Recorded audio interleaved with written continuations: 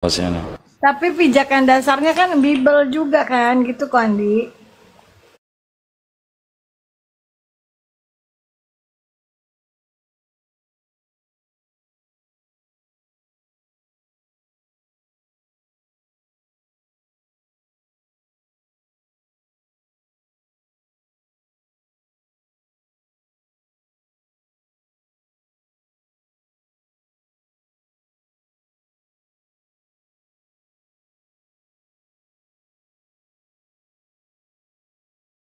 %100% manusia, 100% ilahi, atau sepenuhnya ilahi, sepenuhnya manusia. Begitu ya Bang Kalam ya? Nggak monitor dari tadi tuh Bang. Bang, Aduh. Bang akal-akalan. Ini akun akal kemarin tuh diganti nama dia. Si akal. Oh, iya. Oh si akal ini. Akal-akalan. Iya, saya tahu. Woi, Bang akal-akalan. Memang sih kalau misalnya namanya akal itu, kalau kita ini denger cara ngobrolnya itu ya memang akal-akalan, nyebelin gitu loh. Kalau misalnya dia kalau misalnya terpojok habis itu malah kita yang dibilang gile. Kok ujung-ujungnya kita sendiri yang bingung gitu loh. Apa sih maksudnya? Kalau dengan Kristen memang harus sabar Bang, harus siapkan rokok 3 bungkus Bang. Ngabisin rokok doang mereka ini. Ngabisin rokok itu, kalau yang bukan ngerokok ya. Kopi habis, rokok habis, metua marah-marah gitu. Nah itu sudah, hasilnya nggak ada. Kenapa nggak ada suara ya Bang Bang Wan? Hah? Ada suara nggak aku? Ada. Itu sih ini, konten botolnya adalah. Iya Bang. Aduh, Siap atau jahanam belakang itu loh. Enggak gini loh, kalau itulah Kristen itu kasihan sih sebenarnya Yesus. Kalau kita berpikir kan, Yesus tidak pernah menyampaikan sembahlah aku Tuhan. Ya tapi mereka memfitnah gitu loh. Maksudnya gini, kalau pemahaman kita Yesus itu kan nabi nih, menjalankan risalah. Tapi para orang-orang Kristen ini memfitnah Yesus kepada Tuhannya. Makanya kalau di dalam Al-Quran kita kan ada tuh telah mempertanyakan kepada Yesus, apakah kamu mengatakan bahwa sembahlah aku, kamu Tuhan ataupun apa? Ya maka Yesus mengatakan, engkau maha tahu, aku tidak pernah mengatakan itu, gitu loh. Lantas kemudian Tuhannya nih disalib, kok malah bersorak-sorai? Ya enggak? Kasihan banget deh. Disalibkan bersorak-sorai, tidak pernah mengaku Tuhan, difitnah ke Tuhannya. Itu Tuhan. Kasihan banget deh. Makanya nanti di hari penghakiman itu ya Yesus mengatakan, hanyaklah kalian, aku tidak pernah mengatakan sembahlah aku, kok malah menyembah aku sih. Kasihan loh Yesus ini. Monggo teman. Iya, mereka ini orang-orang jahat memang. Bang, ini kalau di Alkitab itu yang suruh sembahlah aku, itu hanya perkataan iblis. Kalau yang lain nggak berkata seperti itu. Kalau Yesus misalnya, memang nggak ada sembahlah aku katanya.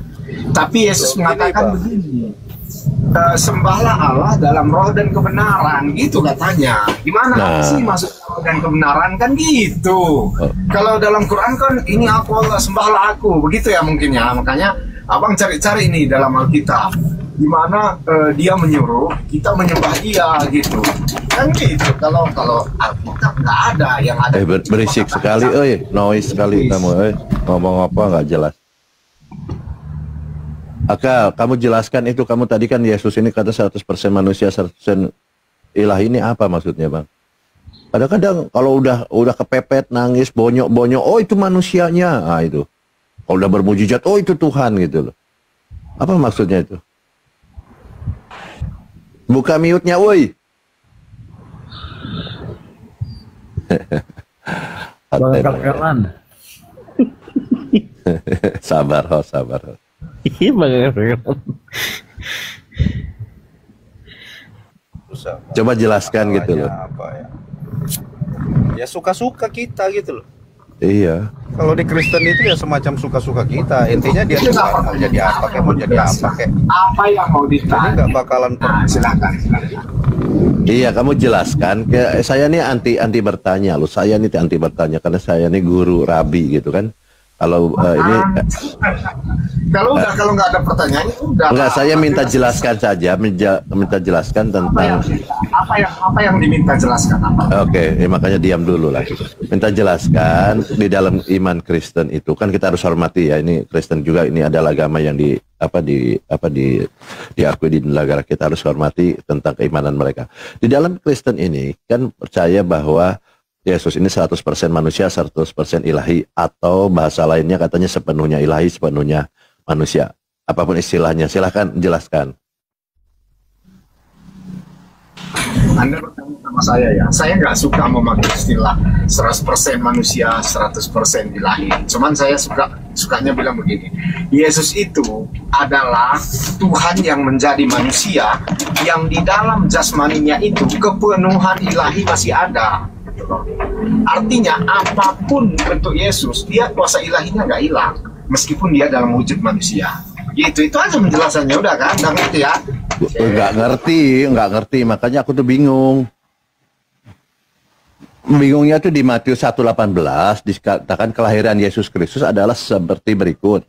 Pada waktu Maria ibunya bertunangan dengan Yusuf, ternyata ia mengandung dari Roh Kudus sebelum mereka hidup sebagai suami istri.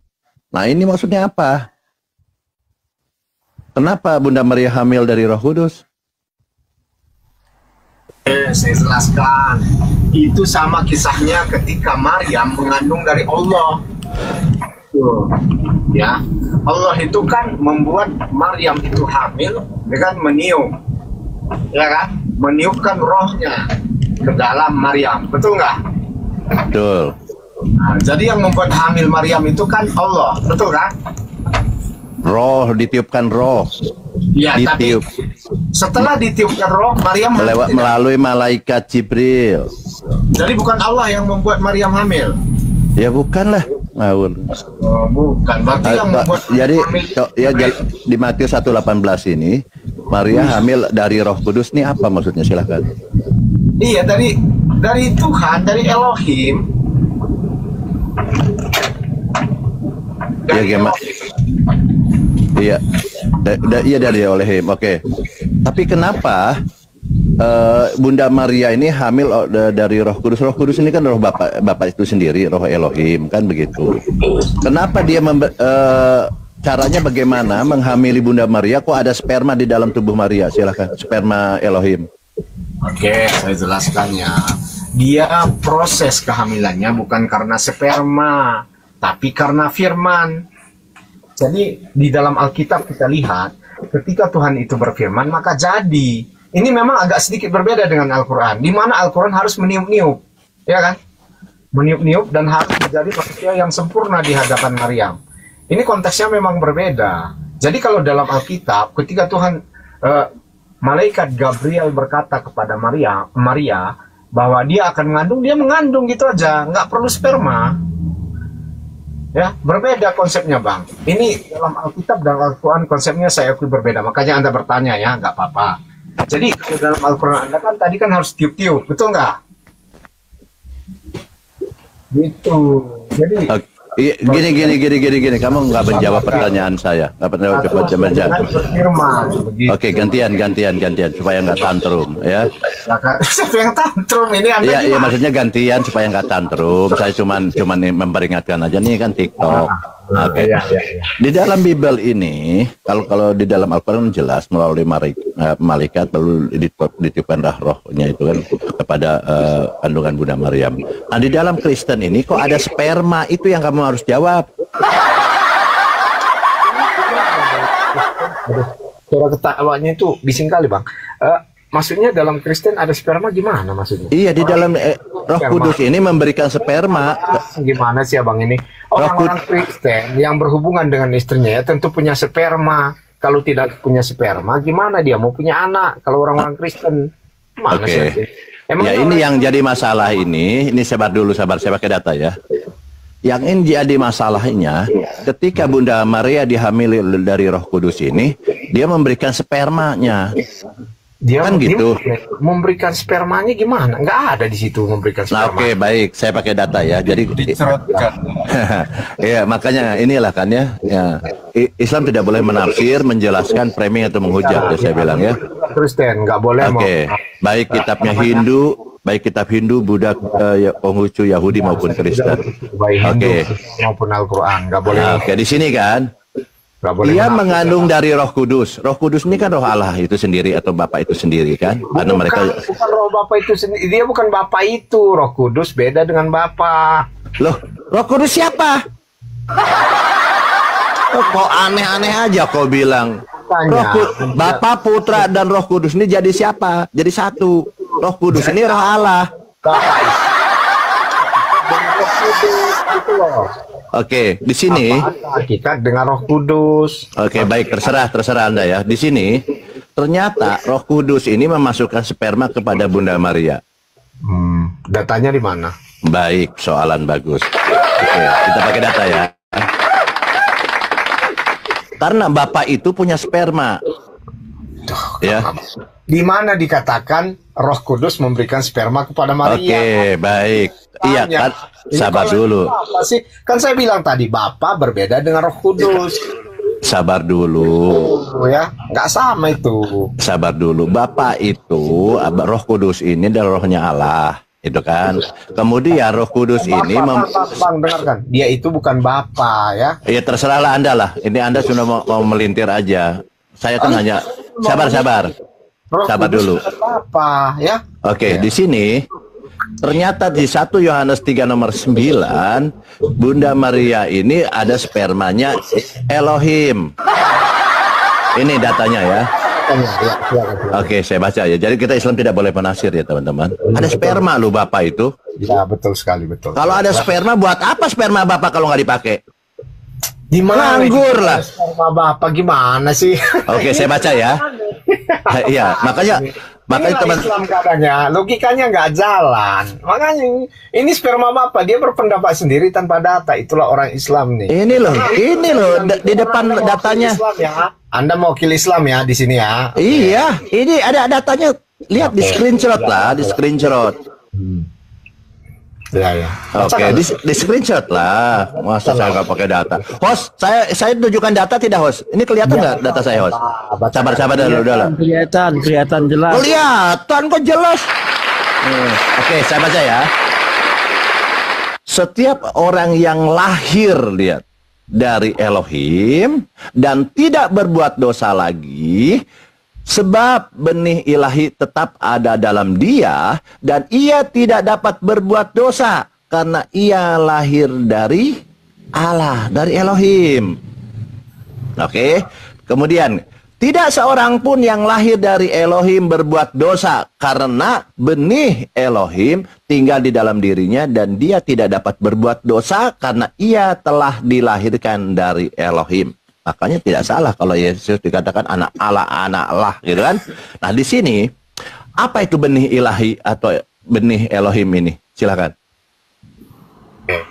Itu memang berbeda konsepnya dengan Quran. Kalau dalam Quran kan begini dikatakan. Dan Allah berfirman, ingatlah kisah perempuan yang memelihara kehormatannya. Lalu kami ditiupkan kepadanya sebagian dari roh kami. Dan kami jadikan dia dan anaknya sebagai tanda kekuasaan Allah yang besar. Masya Allah, hebat ya Al-Quran. Nah sekarang pertanyaannya, apa tuh benih ilahi ini? Saya lagi jawab ini. Ini Oh, iya. benih ilahi sebenarnya yang dimasukkan adalah firman Tuhan. Makanya ketika dikatakan Pakai data, jangan ngawur. Aku nggak suka aku nih. Aduh, gimana sih Pak Ali ini? Orang ngomong dipotong-potong, punya adab sedikit, Bang. Ya, Kamu. punya adab sedikit aja punya adab. Ya, sedikit aja, ya. Jadi begini, Bang. Ini sama dengan ketika ditiupkan kepada Maryam. Ini yang ditiupkan apa? Roh, udah ditulis tadi roh kok ditiupkan roh, Ya, nanya lagi. Yang kamu jawab ini benih ini apa? Aduh Bang, tadi Anda ngomong saya diam. Punya adab sedikit Bang Baal ya, sedikit aja, nggak usah banyak. Ya, jadi begini Bang Baal, itu ditiup, misalnya itu kan ditiup bagian bawahnya lah, nggak usah saya bilang ya kan. Berarti kan dimasukkan benih kalau ditiup. Ya sama itu, itu berfirman. Firman itu yang diberikan. Ketika Tuhan itu berfirman, maka jadi. Buktinya di mana? Oke, saya bukakan ayatnya.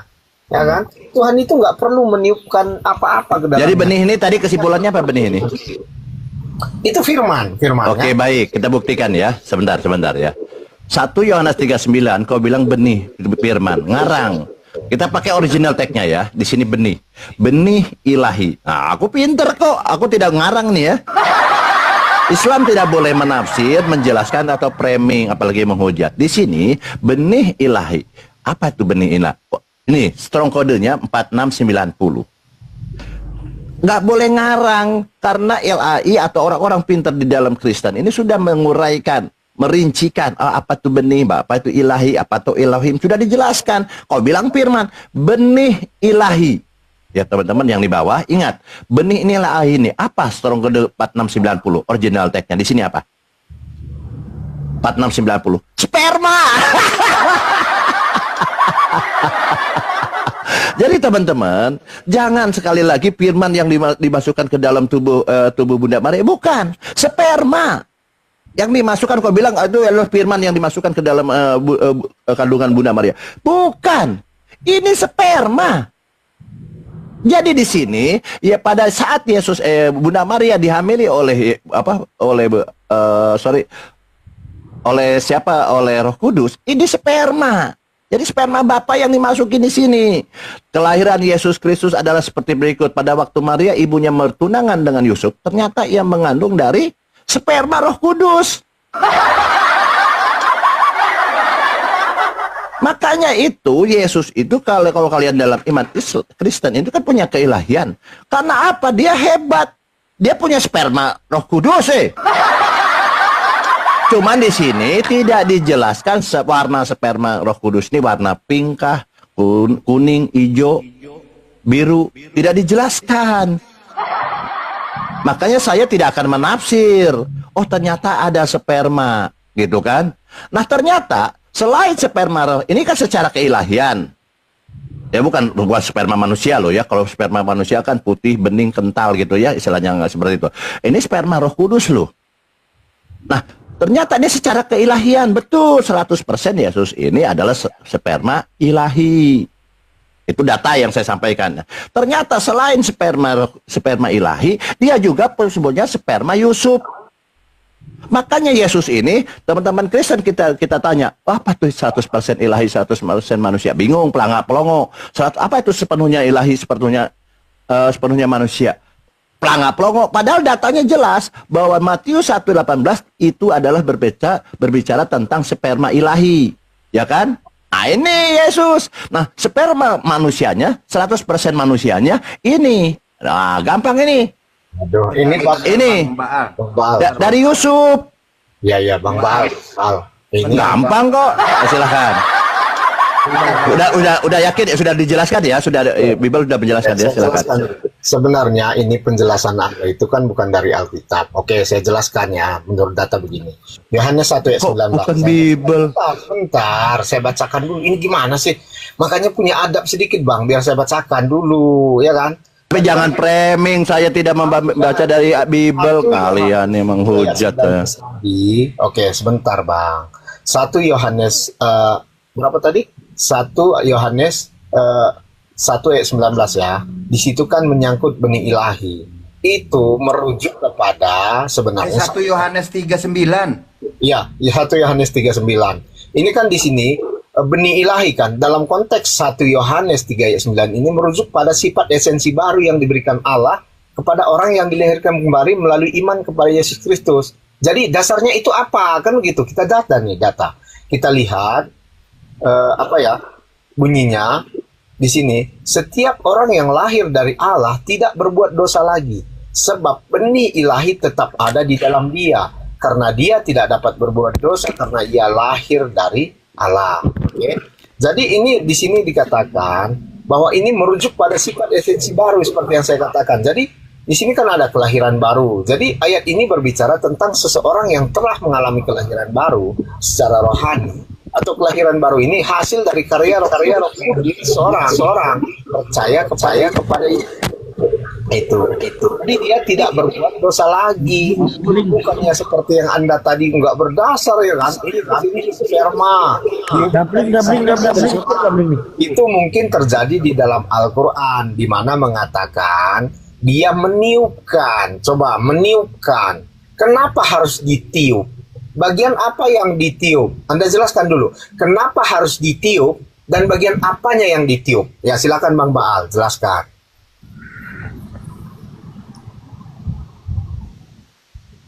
Bang Baal, itu mute tuh. Mute. Oke. Tadi kan Anda sudah saya ulang-ulang. Yang ditiupkan itu adalah roh. Apa yang ditiup dan kenapa harus ditiup? Coba. Kok tanya apa? Kenapa harus ditiup? Memang prosesnya begitu.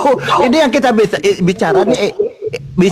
Mengatakan jadi maka jadilah. Berarti kan harus ditiup-tiup kan nggak jadi tuh jadilah. Lah iya memang begitu. Jadi yang ditiup itu bukan sperma, tapi di situ seroh. Yang jadi gantian. Anda kan sudah ini gantian lah. Tadi saya mute loh. Jadi gini teman-teman. Jadi yang jadi masalah ketika di dalam Al-Quran dikatakan ditiupkan roh ke dalam rahim Bunda Maria, kalian ini yang dimasukin ke dalam Bunda Maria ini sperma. Itu yang jadi masalah. Nah sperma ternyata tidak hanya sperma ilahi yang ada, tetapi sperma Yusuf pun masuk di dalam kandungan Bunda Maria. Ada oplosan di sana. Matius 1 nomor 19. Di sini dikatakan ya izin ya. Di sini ya izin. Ini yang saya bilang, saya ini sedang mengajari teman-teman Kristen. Kalau ditanya oleh Muslim, jangan pelangak-pelongo. Apa itu 100% manusia, 100% Israel? Saya ini sedang mengajari Anda bagaimana menjawab orang Muslim. Nah, di sini kalau ditanya orang Muslim, bagaimana itu 100% manusia? Itu jawabannya Matius 1:19. Ini gandeng loh. Matius 1:19 berbicara gini, karena Yusuf suaminya seorang yang tulus hatinya dan tidak mau mencemarkan nama istrinya di muka umum, ia bermaksud menceraikannya dengan diam-diam. Ini ada suami, ada istri. Namanya suami tidak mungkin hanya menggunakan jari tengah. Coba tanya sama suami istri, nggak mungkin hanya pakai jari tengah diui-ui, nggak mungkin. Pasti ada sesuatu yang dilakukan. Karena apa? Saya bilang karena apa alasannya? Karena begini teman-teman. Ya, di sini menurut Paulus, ini ya, menurut Paulus ya kan itu Tuhan kalian ya. Di sini ya, kita pakai data ya, sini. Sorry pakai data. Jadi kita tidak menafsir ya. Apa itu tujuan pernikahan gitu ya? Ini sini loh. Tujuan pernikahan dalam Bible ya. Tadi kan suami istri ya. Bang Baal, jangan lari dari topik kita yang utama lah. Lah ini tentang sperma tadi, oplosan sperma. Masih tetap. Bang, itu apanya yang ditiup? Abang belum jawab gitu loh. Silakan. Aku sudah jawab balik rohnya Jadi sabar dulu.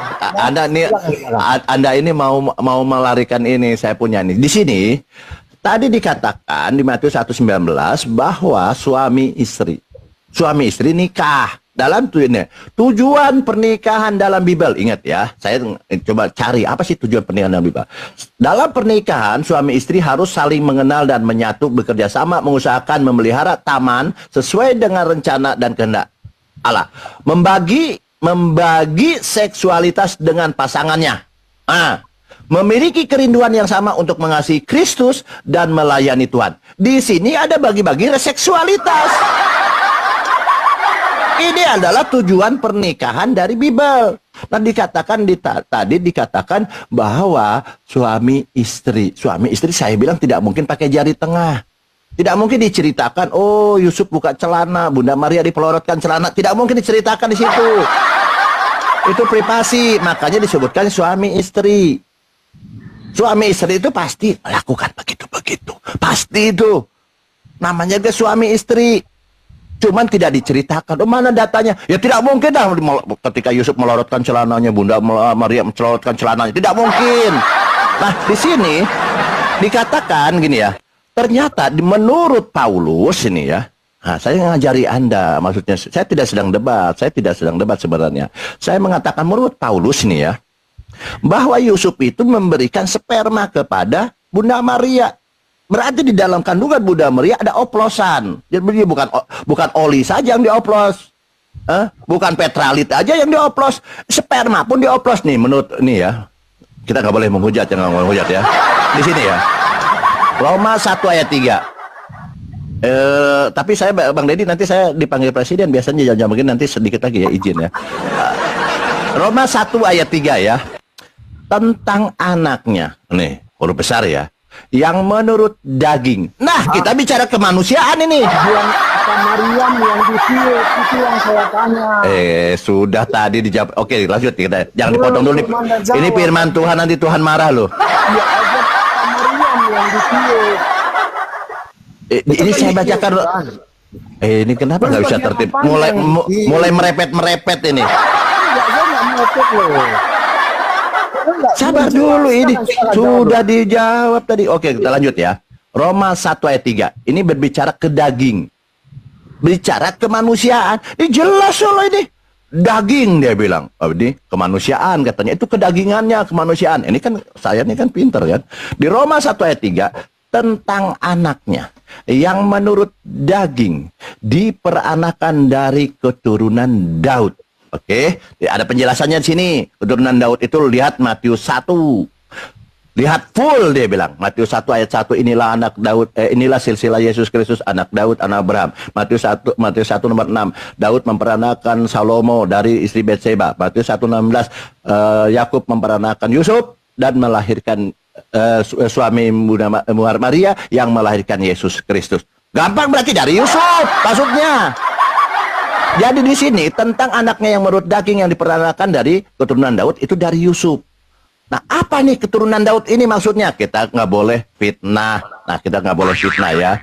Menurut data teman-teman di sini dikatakan Roma 1 ini kita ke data ya teman-teman, nggak boleh ini ya. Menurut data Roma 1 ayat 3 keturunan itu apa dia bilang? Sperma. Nah, di sini ya. Nih, keturunan Daud, Roma 1 ayat 3. Menurut daging, keturunan benih, dia bilang di sini ada keturunan, ada juga kalau ITL-nya, terjemahan ITL, di sini dengan benih. Apa? Itil. Anjir, janganlah ngomong gitu. Di sini dalam terjemahan lain di sini keturunan Daud. Terjemahan ITL di sini benih Daud atau keturunan. Apa tuh benih atau keturunan ini? Ternyata saya cek lagi Roma 1 ayat 3 ini sperma lagi. Kita nggak boleh menghujat ya. Jadi teman-teman, saya mengajari teman-teman Kristen yang termasuk Anda sendiri maupun yang di bawah, bahwa Yesus ini kalau ditanya, Akal, kamu apa mengatakan Yesus sepenuhnya ilahi, sepenuhnya manusia, 100% ilahi, 100% manusia. Nah, ini jawabannya Matius 1:18 bahwa Yesus ini dilahirkan dari sperma ilahi. Kedua, secara manusia Yesus ini dilahirkan dari sperma manusia, dioplos. Kita tidak boleh menghujat ya. Nah, apa itu sperma? Kita juga harus tahu. Kadang-kadang kan ada yang belum tahu nih sperma nih. Nah, di sperma ini di sini kamus besar bahasa. Sperma itu adalah mani. Air mani. Air mani loh. Oke, jadi teman-teman angka kalau ditanya sama kadang-kadang Bang Juma tuh kritis loh. Iya, apa itu seperti ini kalian jawab biar Bang Juma kalah. Biar Bang Ali kalah, siapapun gitu. Akal, Master, apa itu Yesus 100% manusia, 100% ilahi? Atau kepenuhan manusia, kepenuhan ilahi? Apa itu? Jawab bahwa di dalam diri Yesus ini ada oplosan 100% sperma ilahi dan 100% sperma Yusuf. Gampang kok jawabnya. Nah, pasti Bang Juma kalah itu, angkat tangan. Oh, luar biasa kalian pintar katanya. Oke. Jadi tolong sampaikan ke ini saran saya sebelum saya turun nih, biasa saya kan jam begini. Tapi ada waktu sih 16 menit saya. Jadi di sini sampaikan kepada ibunya, bapaknya atau istrinya, anak-anaknya. Ternyata kalau anak-anakku kalau ditanya sama muslim yang tanya apa sih Yesus ini 100% manusia 100% ilahi, sampaikan aja bahwa di dalam diri Yesus ini ada sperma oplosan gitu loh. Sperma ilahi dengan sperma Yusuf. Gitu aja gampang kok. Silakan.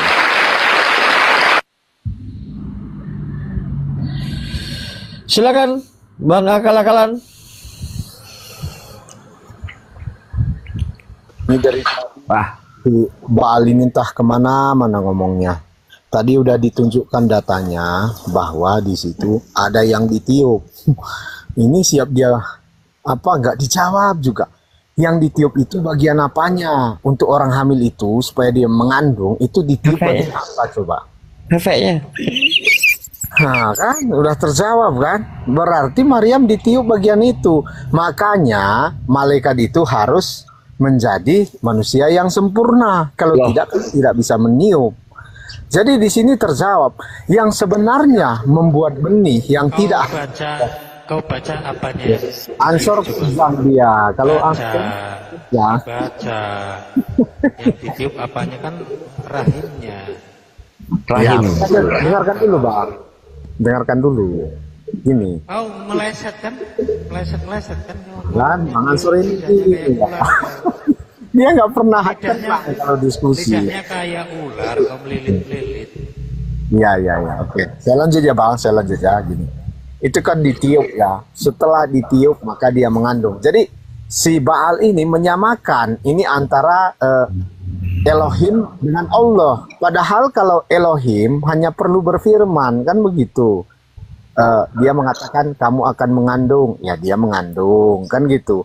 Kalau Allah ini kan harus meniup dulu nih ceritanya dalam Al-Quran.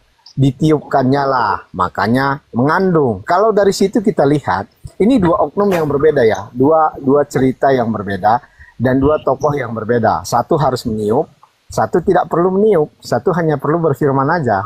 Jadi kalau dari segi maha kuasa, yang mana yang lebih maha kuasa? Kalau saya rasa nih penilaian saya ya, yang hanya berkata aja jadi gitu. Bukan yang meniup dulu. Nah, jadi kalau meniup itu kan ada pekerjaan nih, ada usaha yang dilakukan.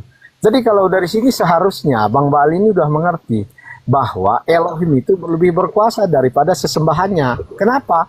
Karena satu hanya perlu berfirman, satu perlu lagi usaha nih meniup dan perlu menjadi manusia yang sempurna di hadapannya begitu. Tadi Jadi sudah Bang Baal, ditunjukkan ayatnya. ya, sebentar. Mulai Ayatnya itu sperma, Bang. Sebentar. Ayatnya di Bang. Ansor, sedikit aja ada adabnya boleh nggak? Enggak, kamu membantah apa nih? Spermanya enggak dibantah, kau bilang berfirman saja cukup. Mana? Itu spermanya dari siapa? Enggak dibantah itu. Lucu Iya, jadi ada ini. Bang Akal, jadi spermanya tuh muncrat kemana? Gini. Sebenarnya sperma itu ada tidak makan ke mulut. Jadi ini kan ketika Ini pertanyaan logis saya loh. Jadi kan ada sperma di situ. Nah, jadi spermanya muncrat kemana? ada sperma di situ. Sperma itu artinya bukan spermatozoa seperti yang ada di dalam tubuh manusia, bukan itu ya. Tapi sperma di sini dimaksudkan adalah benih ilahi. Benih ilahi itu apa? Tadi kan sudah saya jelaskan berdasarkan data. Benih itu apa? Coba benih itu apa? Anda Jadi jelaskan. kita balik lagi bahwa memang ini Allah dan cara penciptaan Allah dan Elohim ini berbeda. Kalau satu hanya perlu berfirman, kalau satu perlu meniup-niup, itu udah Itu pasti. benih loh. Benih berfirman gimana? Benihnya itu gimana? Benih itu apa? Kok berfirman? Satu kan hanya berfirman itu. Lah benihnya gimana enggak kau bilang? Benih itu maksudnya berasal dari Allah, berasal dari Elohim. Lah iya, berarti benihnya itu dimasukkan ke mana? Maksudnya, Bang Ansor sebentar. Artinya kan begini Bang Ansor. Artinya ini kan dua penciptaan yang berbeda ya. Kalau Isa diciptakan kan itu dengan ditiup-tiup, betul nggak? Ya, kalau ini di benihnya di apa dimasukkan kemana? Diciptakan melalui firman aja. Ya, melalui benih. Sperma itu sperma. Koclok.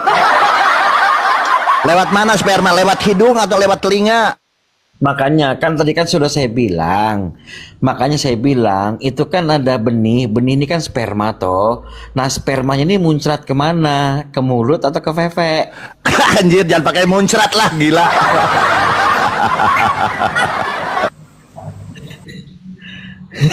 Dia selalu membantah itu berfirman. Sedangkan kau bilang Isa diciptakan melalui Siti Maryam ditiup juga berfirman melalui malaikat, lalu malaikat meniupkan ke rahimnya, kemudian dia hamil. Itu kan firman Tuhan. Sementara benih ini kau tidak bicarakan di situ. Itu sperma. Kau tidak dibicarakan, itu lucu kamu. Menutupi kebodohanmu atau memang kau ini benar-benar botol gitu loh. Lanjut BL.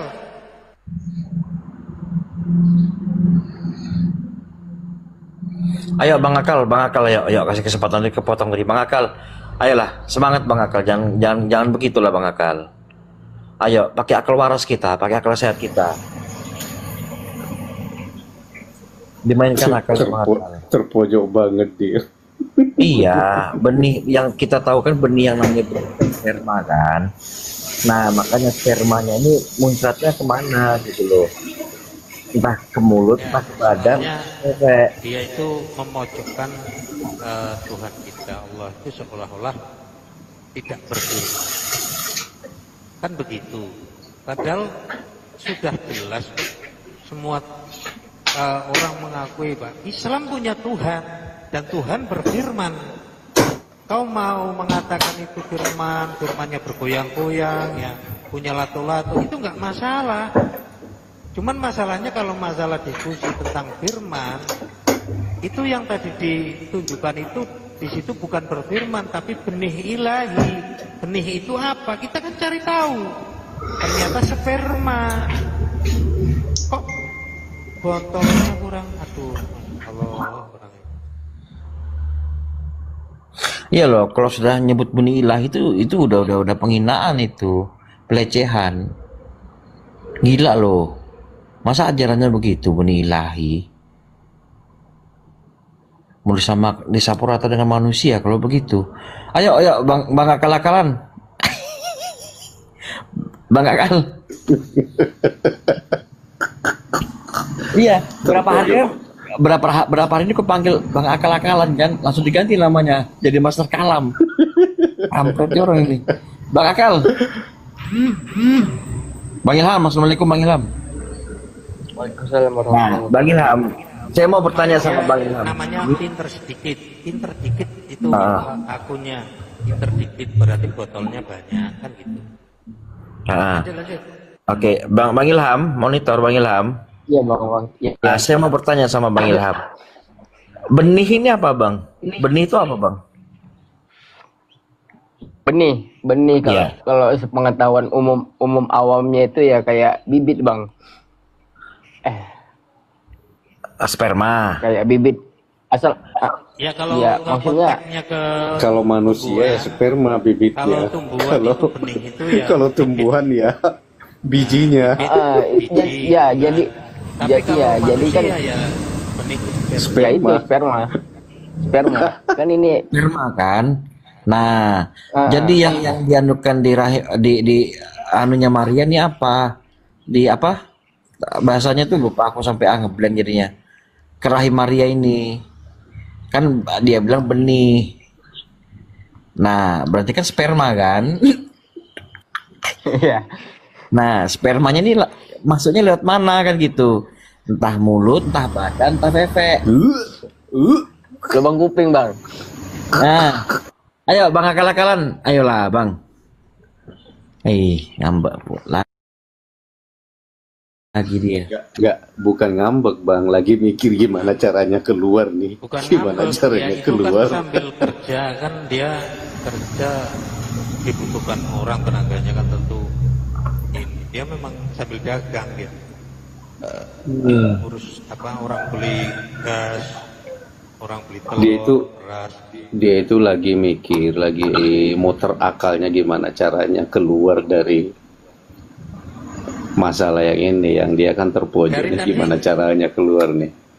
Dari tadi pasti dia larinya ke Al-Quran terus gitu ya. Iya, kirinya selalu ke situ Iya nih. pasti. Di Master Kalam Nggak ini. ada yang nyambung. Lucu.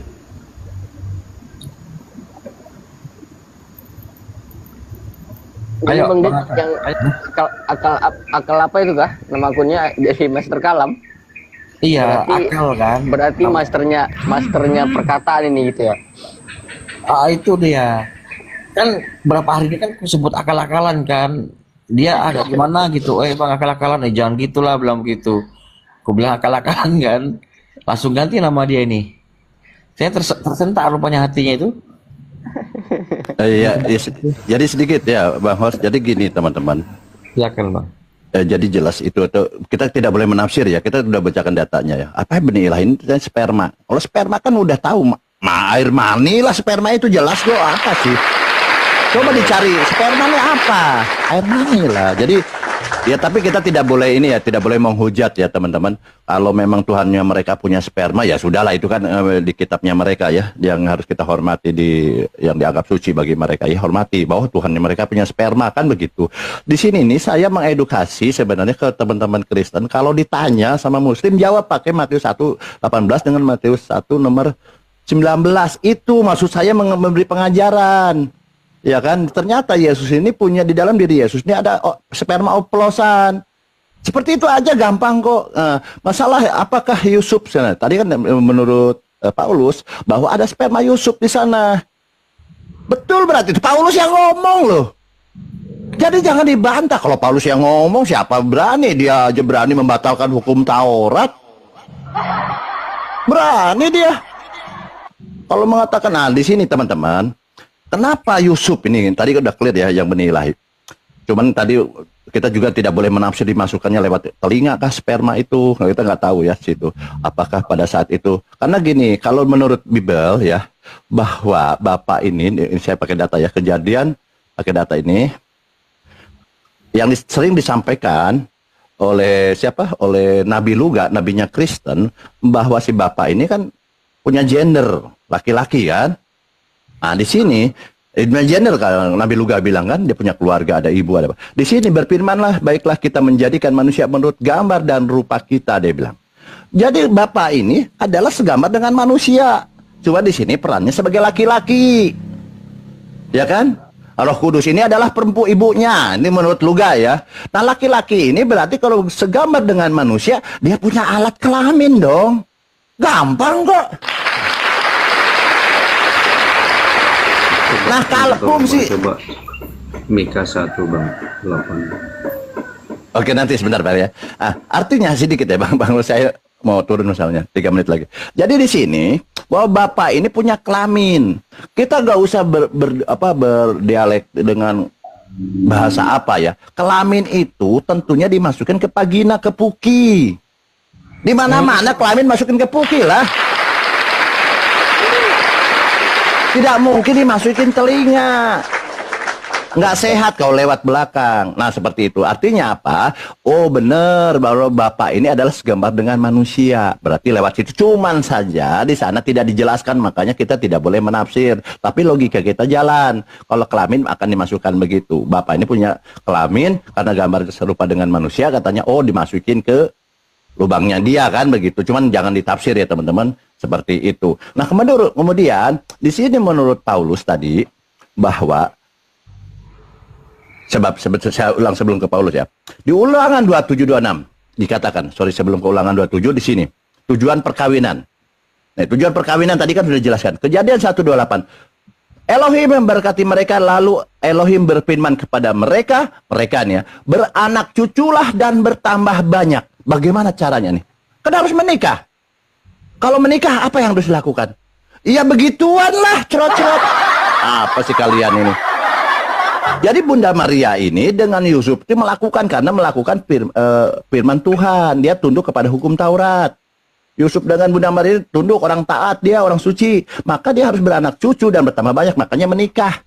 Kalau dia tidak melakukan begitu, tidak melakukan hubungan, berarti dia dikatakan, Bunda Maria dengan Yusuf ini akan dikatakan terkutuk. Karena di Ulangan 2726, terkutuklah orang yang tidak menepati berkatan hukum Taurat dengan perbuatan. Nah, apa perbuatannya? Ya begitulah. Tidak perlu saya omongkan. Tidak usah makanya di Bible itu tidak diceritakan bagaimana Yusuf buka celana, diturunkan, pakai obat kuat, Viagra, lagi kita nggak tahu kan. Kemudian Bunda Maria pun buka celana, melorot, itu kan nggak tahu, nggak diceritakan. Memang itu privasi. Nah, kemudian kita ingat ya, ketika masih sempat-sempatnya Yusuf ini ya, waktu akan melahirkan Yesus, masih sempat-sempatnya loh Yusuf cari penginapan. Mau apa coba? Kalau mau melahirkan itu ke dukun beranak. Bukan penginapan. Itu namanya kalau penginapan itu mau check-in. Coba berpikirlah kalian ini. Dan tidak salah ketika Yusuf katanya mau melahirkan Bunda Maria, mau cari penginapan. Tidak salah. Karena memang istrinya kok mau dikerjain, nggak apa-apa kok. Itu aja dari saya, udah habis waktunya 7.30 buat saya. Izin ya, maaf ya. Dilanjut karena Kang Baal bentar dulu. Itu kalau oplosan Bang Baal, itu reaksinya kan lebih cepat ya. Coba dipikir, kalau minum oplosan cepat sekali mabuknya kan gitu. oh iya dong, apalagi Tuhan, apalagi sperma Tuhan, Bang.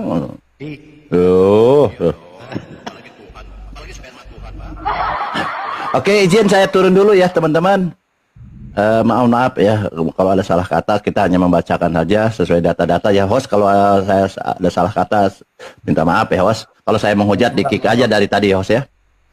Siap Bang. Bang Asor. Yang lainnya Bang Lu dan lainnya dari saya. Assalamualaikum warahmatullahi wabarakatuh. Terima kasih. Waalaikumsalam. Waalaikumsalam warahmatullahi wabarakatuh, Bang Baal. Bos, naik Pak Bos. Oke, kita terangkan ya. Ini kan mengenai jenis kelamin tadi ya. Oke. Begini ya teman-teman ya. Dari tadi kan sudah jelas itu sebenarnya dalam Al-Quran. Itu kan membuat hamil Maryam itu kan Allah dengan meniupkan. Ya kan? Betul nggak? Jadi begini. Dikatakan bahwa Allah itu tidak punya anak karena tidak punya istri. Justru di situ jelas bahwa Allah itu laki-laki. Itu udah jelas sekali ya dari ayat Al-Quran ini. Jadi kalau Anda mengatakan bapaknya itu laki-laki apa segala macam, itu betul karena dia juga disebut bapak kan begitu. Ya mengarah ke laki-laki, dan laki-laki itu bentuknya dia kuat gitu, makanya dikatakan bapak gitu, bukan mama ya, bapak. Tapi Al-Quran ini kan ada ayat nih mengatakan dia tidak punya anak karena dia tidak punya istri. Itu yang perlu Anda jelaskan di sini. Kenapa menyatakan bahwa dia tidak punya anak karena dia tidak punya istri? Berarti yang tidak punya istri biasa siapa? Laki-laki atau perempuan? Dia laki-laki.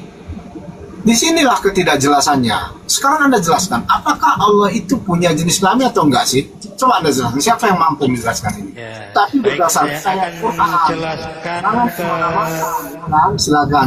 Baik, saya jelaskan ke Congor B2 sebab dia nggak tahu ayat tapi menafsir sendiri. Itu kan pertanyaan kepada Rasulullah. Karena ada dusta terhadap Tuhan sebelum Rasulullah itu, katanya Allah punya anak Israel dianggap anak, ada Tuhan punya anak, Isa anak Allah dan lain sebagainya. Maka pertanyaan itu muncul dan ditanyakan kepada Rasulullah. Rasulullah itu menjelaskan, dan Al-Quran sendiri mengonfirmasikan bagaimana punya anak sedangkan Tuhan tidak punya istri. Ini kan harus tahu di kalimat Al-Quran yang lain, ayat yang lain mengatakan qul huwallahu ahad, Allahu samad lam yalid walam yulad walam yakul lahu kufuwan ahad. Itu jelas. Masih mau pelintir itu. Itu kan hanya membantah pertanyaan orang kafir seperti Anda ini keturunannya gitu loh. Paham nggak di situ? Konteksnya beda, sambung kemana-mana. Ini orang yang sangat bontol menurut saya. kalau mau menarasikan Al-Quran itu yang tahu, baca dulu apa konteksnya pada saat itu. Itu loh. Lanjut Bang Rio. Bang Rio. Monitor. Lanjut Bang Asor. Ya, kita sedikit-sedikit aja karena menjawab orang botol itu nggak perlu banyak. Iya. Itu dicerna gitu loh. Karena kalau terlalu panjang dianggapnya muter-muter, enggak muter-muter. Ketika Allah berfirman kepada malaikat, kemudian malaikat menyampaikan kepada Bunda Maryam akan disampaikan kepada Bunda Maryam akan hamil, itu kemudian ditiupkan ruh ke dalam rahim. Nggak usah lari kemana-mana. Ketika kalimat meniupkan saja kan kita sudah paham kalau orang punya akal. Nggak usah ditiupkan lewat mana lewat itu tuh. Memalukan Anda ini. Coba berakal sedikit. Giliran tadi suruh menjelaskan tentang sperma nggak bisa. Lelet kan gitu. Ini kelakuan akal ini begini. Nggak konsisten gitu. Anda kalau mau bernarasi tentang Al-Quran, tahu dulu ilmunya. Apa maksud Al-Quran itu? Asbabun nuzulnya kan ada. Itu Bang.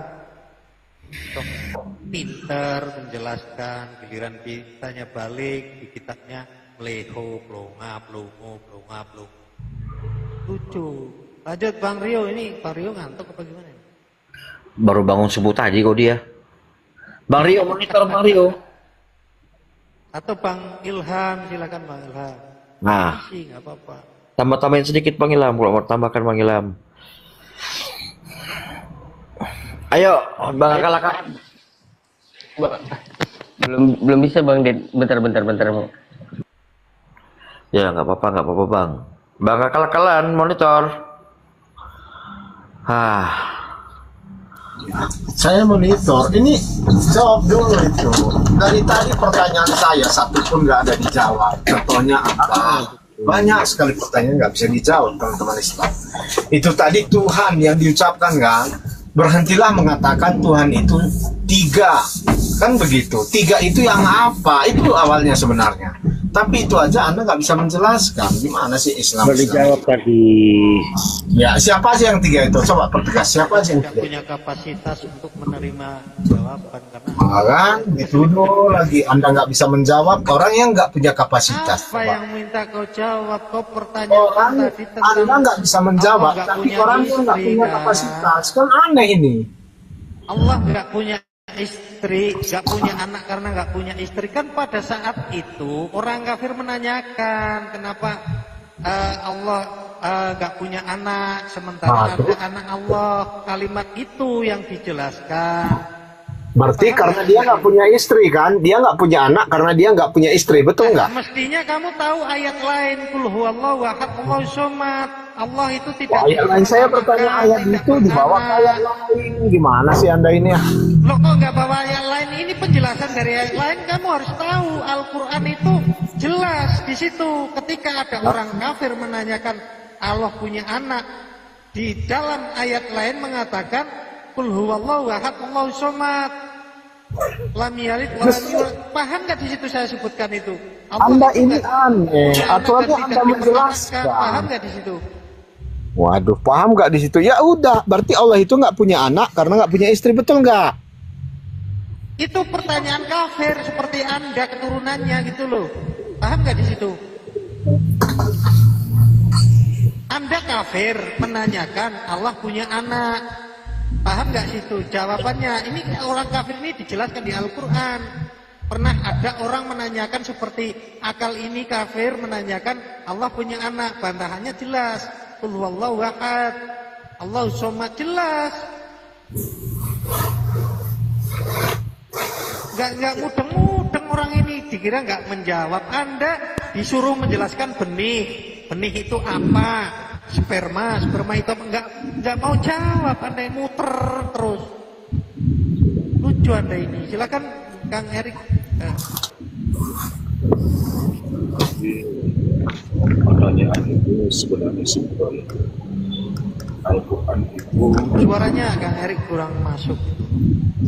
cek. Ya. Ya. Al-Quran itu diperuntukkan kepada manusia. Ketika manusia ini tanya kepada Tuhan, wahai Tuhan, apakah kau mempunyai anak? Suaranya mendem bang, suaranya mendem bang.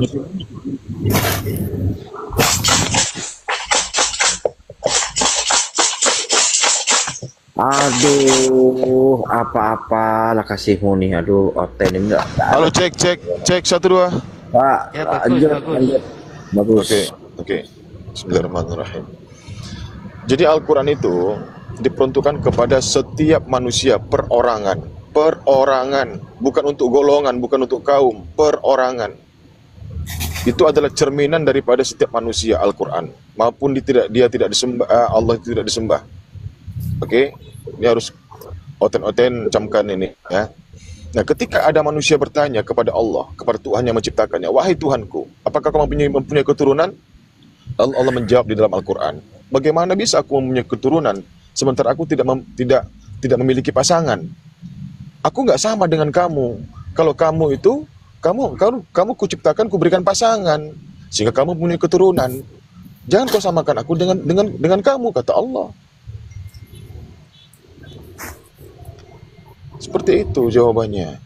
Bukan pasangan bang, istri. Gimana sih Anda? Iya, istri itu pasangan iya, atau bukan? Tetapi beda itu, iya. Pasangan dengan istri. Kalau perempuan, bro, pasangan bilang bisa. Kita tapi membahas kalau Al-Quran, tidak menggunakan kafir. Kau. Asal dijawab, Kau diam bilang dulu, Gimana sih diam dulu. Kalau kita membahas Al-Quran, kita harus menggunakan kosakata Arab, bukan kosakata Indonesia. Jangan sesuka hatimu aja menerjemahkan, kau tentang di situ apa ada istri, Allah itu punya, Allah itu berarti laki-laki gitu. Iya, biasa yang tidak mempunyai Ya istri itu, makanya kau jangan jadi kaum tarjim. Kalau kaum terjemahan kayak kau ini wajar. Kau harus membedakan. Bedanya Kristen sama Islam itu jauh, bagaikan langit dan bumi. Kristen itu nggak ada apa-apanya, kawan. Ya, kami sudah di langit, kalian masih di tanah. Jauh ketinggalan kalian sama kami. Terbalik itu Bang Erik, terbalik. Kalian masih di tanah, kan sudah di langit, terbalik. Nabi Anda aja masih di tanah kok sampai sekarang, gimana sih Anda ini? Iya. Allah berfirman dalam Al-Quran, wala tahsabanna allazina qutilu fi sabilillahi amwata bal ahya'un 'inda rabbihim yurzaqun. Jangan kau mengira, jangan kau menyangka bahwasanya orang yang wafat dalam jalan Allah dia akan mendapatkan azab dari Allah. Tidak. Sungguh dia akan mendapatkan yang namanya kenikmatan di alam barzah. Seperti kata Yesus, meskipun kau mati, tapi kau tetap hidup. Apa artinya itu? Dia mendapatkan kenikmatan di alam barzah. Jadi kalian Kristen, jangan kalian ngajak kami umat Muslim untuk membenci Yesus, untuk menghina Yesus. Ya, kami sangat cinta sama Yesus dibanding kalian. Jangan ajak kami untuk menghina Yesus, memfitnah Yesus, membenci Yesus. Kami mencintai Yesus dalam hati, dalam lubuk hati kami. Jangan kalian menghina Yesus. Oke? Jadi itu, contoh begini kawan, contoh begini. Ada pernah mendengar nggak peristiwa yang dialami seorang siswi Malaysia yang dibun-bun, yang dimasukkan ke dalam mesin cuci sehingga tewas? Pernah nggak?